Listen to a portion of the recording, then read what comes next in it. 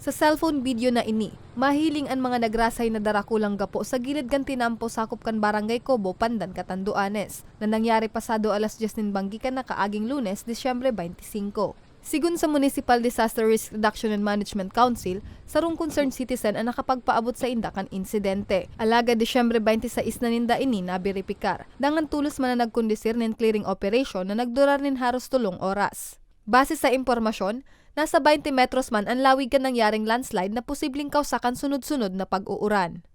Di na siya passable yung area. Talagang totally natabulan na yung kalsada. Puro malaking bato. Dahil doon sa pag-ulan ng maghapon na ulan, nagkaroon ng yung lupa dahil sa ulan. Tapos wala man tayong napigtuan na tao, bahay, wala naman kasi malayo naman yung mabayaran, 100 meters naman yung distansya sa insidente.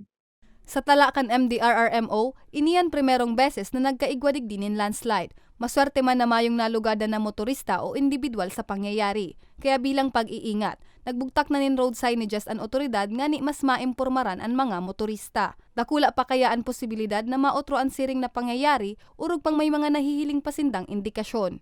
Lalo ina namin sa DRR na mag-iingat palagi, lalo ngayong panahon ngayong tag-ulan.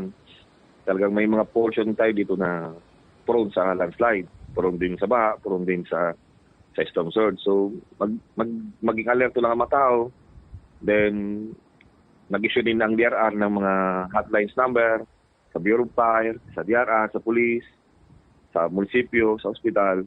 Every barangays, kami. May mga contact number. So, kung may mga ganitong insidente na hindi natin inasaham, tawag lang agad sa mga number na pinamigay ng government natin.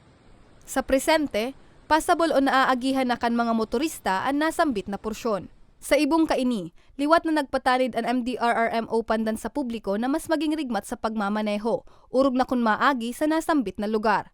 Para sa mga baretang tatak Bicol, Jennifer Pulinar.